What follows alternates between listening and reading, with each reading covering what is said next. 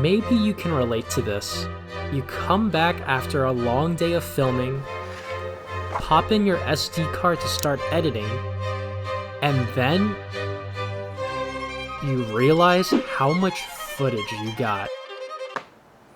Last thing I want to do is edit any of this. Maybe I can help you with that. If you're new here, hi, my name's Joey. I'm a documentary director and I recently directed a Muay Thai documentary called The Contender, which you can watch here for free on YouTube. I am here to help you with filmmaking. In this video, I will be teaching you how to organize hours of footage to make them much more manageable when you're in the editing room. This system allowed me to edit 13 hours of footage all the way down to a 20-minute documentary. The editing software I use is DaVinci Resolve version 18.6, but the system I'm about to show you applies to all editing programs.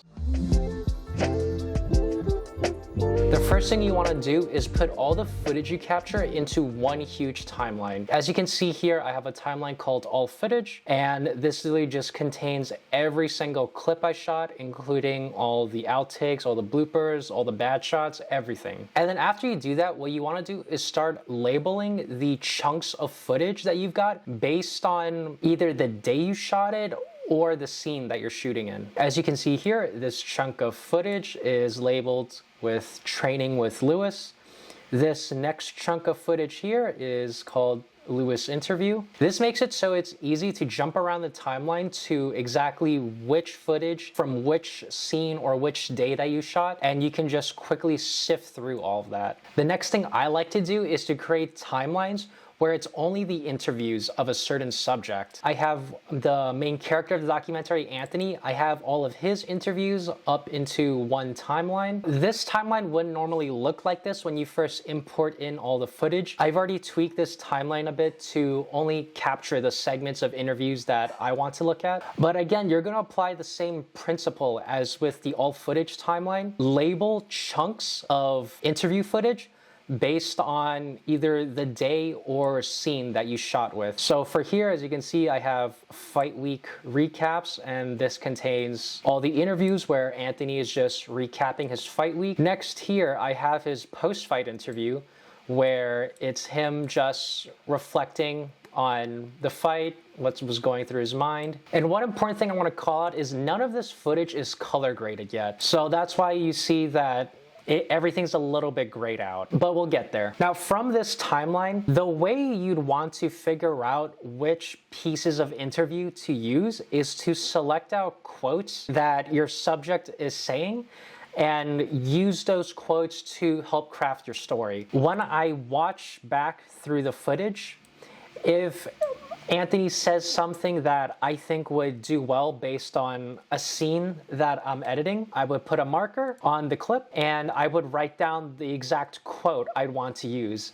And then once I start building up the documentary, I'm just simply going to cut up that clip just to extract the quote and then put it onto the main timeline. If you're finding value in this video, please hit the like button so this video can spread and help other filmmakers. As you can see here, I do the exact same with Lewis. I am labeling the clip based on what quotes I want to use from him. After having all my interviews organized, the next thing I do is to create a B-roll timeline. So in this timeline, as you can guess, it contains literally all the B-roll I shot, all the footage I can use to help make the story much more interesting. And just like all the previous timelines I've showed you, I do label the B-roll based on the day or scene that I was shooting in. So you can see here, I'm labeling this chunk Training with Lewis, and it's all the training footage I captured where Anthony's training with Lewis. This is fight, so this is Anthony's big fight, and I have the entire fight unedited from start to finish, round by round. You can see here in the fight footage, there's a bunch of little labels. And so the reason being is that this fight is very long in terms of filmmaking. And I'm creating a documentary more so about Anthony as a person rather than the fight. So I have to cut up the fight. The way I know where to cut up the fight is by labeling certain pieces of the fight that I found interesting. I labeled this part trip, where Anthony ends up getting tripped. That was a big moment in the fight, and it definitely had to make it to the documentary. So by labeling big moments in the fight, I know which part of the footage to clip out and use it in the main story. So after you've organized your interview and your B-roll, the next step is to actually start crafting your story. And I want to introduce to you the idea of spine editing. Spine editing is the idea where you're creating timelines that possess the overall structure of your story.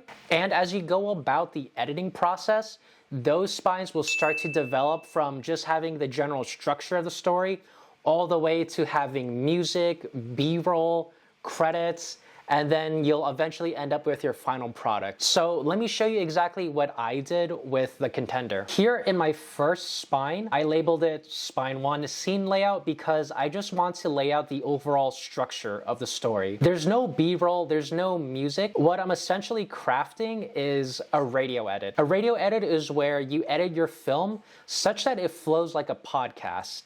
You have all the right audio and dialogue in place, but the visuals aren't necessarily there. And this was the first step in developing the documentary because this documentary was a client project. So I had to go back and forth with Anthony, getting his feedback and figuring out what tweaks to make. By having these spines, it gave him a much better idea of exactly what I was imagining with the story direction, and he could easily give me feedback on what he wanted to change. Quickly skimming through this spine, as you can see, it's all just interviews. It's all talking headshots. There's not much B-roll. From the first spine, obviously, this would not be an entertaining documentary at all, but it helps put our ideas onto the editor so we know exactly what we're working with. In my second spine, it's very similar to my first spine. This time I have feedback from Anthony and I incorporated it, but it's mostly just interviews. But you could see on the top here, I'm labeling out how long each scene is so I can jump very quickly within my timeline to a certain scene to address any feedback or to make any tweaks. And all these scenes are color-coded just to make it more visible. So after you've laid out the structure of your story, the next thing I move on to is music. And music is probably what's gonna take you the longest next to reviewing all your footage. Guys, let me tell you, I spent like 4 days doing nothing but just listening to Epidemic Sound, trying to find the right music for the right scenes. So after you've gone through the painstaking process of selecting your music, you're gonna want to identify which scenes go with whichever song you've selected, place them down on your timeline, play it back to make sure you're getting the intended effect that you want. It's a very straightforward part of the editing process, but it's very tedious. After music is when I start moving on to B-roll. Now we're getting a lot closer to having an actual completed documentary. This is when I would go through my previous spine. I would watch back the interviews, and if the subject says anything that I think could be visually demonstrated, I will put the B-roll over that subject's interview. So as an example, in the introductory scene, Anthony's talking about how Muay Thai is much more natural to him. Instead of him just telling us in an interview, it's a lot more interesting to see him actually perform the Muay Thai moves. And I'm gonna show you both ways so you can compare for yourself. So here's the clip without the B-roll. Muay Thai was just more natural to me. Punching, kicking, and the more I learned about it, the more I got into it. Yeah, not bad. But let's see it with the B-roll. Muay Thai was just more natural to me.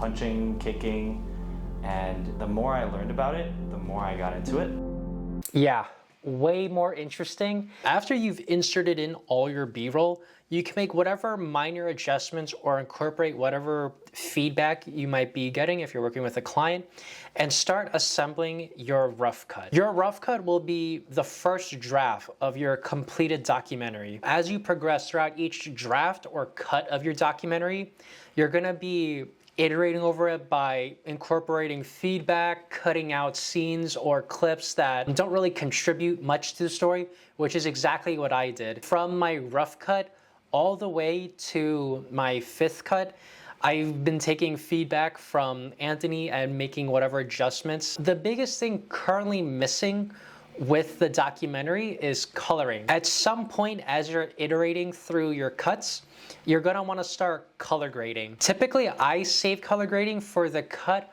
right before the final cut. So in this case, it would be in my fourth cut. The reason why I save color grading before the final cut is because at this point, you should not be making too many adjustments to the ordering of clips within your film.